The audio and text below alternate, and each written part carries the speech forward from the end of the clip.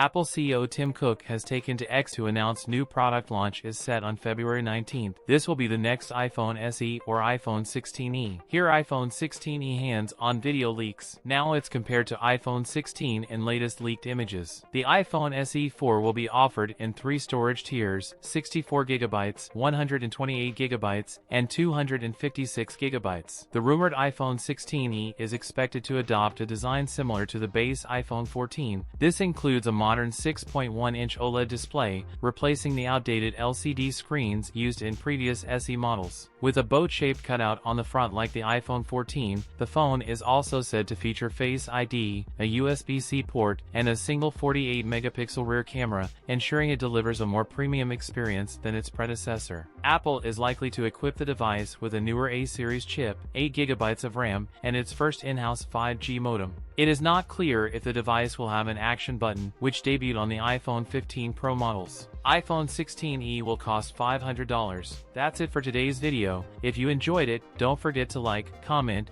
and subscribe for more content. Thanks for watching, and I'll see you in the next one.